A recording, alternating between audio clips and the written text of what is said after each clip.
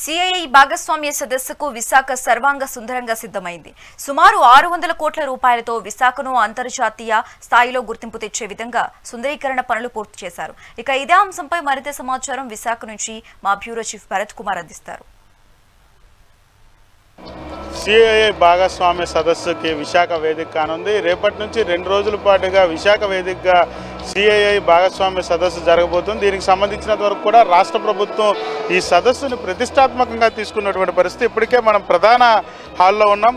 హాల్లో కూడా అన్ని ఏర్పాట్లను కూడా పూర్తి చేసినటువంటి పరిస్థితి. పెద్ద ఎత్తున ఎల్ఈడి స్క్రీన్తో పాటుగా హాల్లో మినిమం ఒక 2000 మంది కూర్చునేలా కూడా ఏర్పాటు చేసినటువంటి పరిస్థితి మనం చూడవచ్చు. పెద్ద ఎత్తున రాష్ట్రానికి పెట్టుబడులు రప్పించే దోహదతోటే ఇటువంటి సదస్సులు ఏర్పాటు చేయడం, దాంతోపాటుగా రాష్ట్ర ప్రభుత్వం కూడా చాలా ప్రతిష్టాత్మకంగా తీసుకున్నటువంటి పరిస్థితి. ఎందుకంటే రాష్ట్రానికి సంబంధించినంత వరకు కూడా గతంలో జరిగినటువంటి ఇష్యూలన్నీ కూడా పరిగణలోకి తీసుకొని రాష్ట్ర ప్రభుత్వం ఆంధ్రప్రదేశ్లో అభివృద్ధి పరుగులు పెట్టించేందులో భాగంగానే సిఐఐ భాగస్వామ్య సదస్సుని 2 రోజుల పాటు విశాఖలో నిర్వహించేందుకు విశాఖ ఇప్పటికే సర్వాంధ్ర సుందరంగా తీర్చిదిద్దినటువంటి పరిస్థితి. మనం పూర్తిగా విశాఖ ఎయిర్పోర్ట్ నుంచి వచ్చేటటువంటి ఏదైతే ఆంధ్ర యూనివర్సిటీలో ఉన్నటువంటి ఇంజనీరింగ్ కళాశాలలో ఉన్న మైదానంలో ఈ సదస్సుకు సంబంధించిన ఏర్పాట్లు అనేవి జరిగాయి. దీనికి సంబంధించినంత వరకు కూడా ఎయిర్పోర్ట్ నుంచి వచ్చేటటువంటి అన్ని రోడ్లను కూడా ఇప్పటికే సర్వాంగ సుందరంగా GVMC greater Visakha municipal corporation రాష్ట్ర ప్రభుత్వం ప్రతిష్టాత్మకంగా తీసుకొని పూర్తిగా అక్కడ అధునాతనంగా కూడా పూర్తి స్థాయిలో డెవలప్ చేసినటువంటి పరిస్థితి, సుందరీకరణ పనులు కూడా చేసినటువంటి పరిస్థితి. ప్రధాన హాల్లో ఉన్నటువంటి సిచ్యువేషన్ చూడొచ్చు. ప్రధానంగా ఈ హాలుకు సంబంధించినంత వరకు కూడా పూర్తి స్థాయిలో బందోబస్తు ఏర్పాటు చేసినటువంటి పరిస్థితి. ఏదైతే ఢిల్లీ ఘటన అనంతరం కూడా పూర్తిగా కూడా రాష్ట్ర ప్రభుత్వం ఎలర్ట్ అయ్యింది. వచ్చేటటువంటి 40 దేశాలకు సంబంధించినంత వరకు కూడా 800 మంది ప్రతినిధులు వచ్చే అవకాశం ఉన్నటువంటి నేపథ్యం.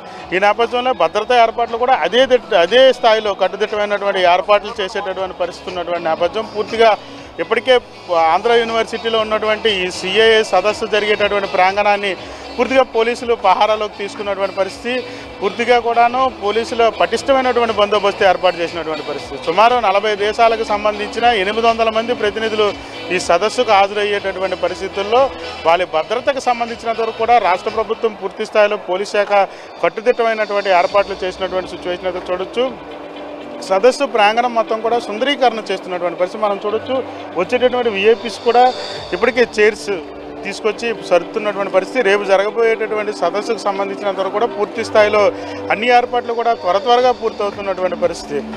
ఎందుకంటే 40 దేశాల నుంచి డెలిగేట్స్ రాష్ట్రంలో పెట్టుబడి పెట్టేందుకు వస్తున్నటువంటి పరిస్థితి. ఏదైతే రాష్ట్ర ప్రభుత్వం వచ్చేటటువంటి ప్రతినిధులకు ఎటువంటి మౌలిక వసతులు కల్పించిస్తున్నాము, అదేవిధంగా రాష్ట్రంలో ఉన్నటువంటి వనరులు లాంటి అంశాలకు సంబంధించి ఈ సదస్సులో ప్రసంగించబోతున్నారు. దానికి సంబంధించినంత వరకు కూడా పూర్తి స్థాయిలో ప్రసంగం అనంతరం కూడా ఎంఓయూలు జరిగేటటువంటి పరిస్థితి.